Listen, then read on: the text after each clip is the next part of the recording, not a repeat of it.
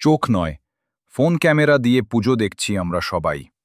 ঠাকুরকে নমস্কার না করে shutter button click click click. কি এক অদ্ভুত তাড়না! ছবিটা তুলতেই হবে, তারপর সঙ্গে সঙ্গে আপলোড। দেখো, এই যে আমরা এসেছি।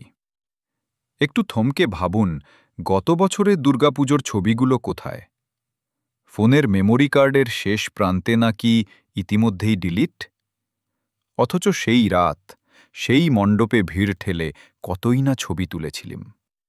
সেলফি অবশ্যই তুলুন, স্মৃতিবন্দী করা মন্দ নয়, কিন্তু আমরা সবাই এত রোবোটিক হয়ে গেছি কেন?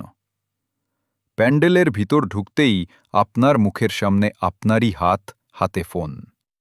মা দুর্গার চোখের সাথে আপনার চোখের কোনো আদান প্রদান ঘটে না।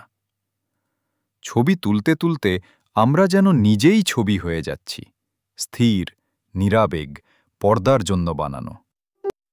মণ্ডপের বাহারি আলোকসজ্জা, থিমের গল্প সবই ফ্রেমে ধরা যায়, কিন্তু ঢাকের কম্পন, আরতি ধূপের ধোঁয়া, আশেপাশের মায়াময় আবহ, এগুলো কি জেপিজি ফাইলে ঢুকবে? তাই বলি, একবার চোখ, নাক, কান সব ইন্দ্রিয় খোলা রাখুন। তারপর যদি ইচ্ছে করে একটা ছবি তুলুন। সেই ছবির ভেতর তখন আপনার অনুভূতিও বন্দী থাকবে।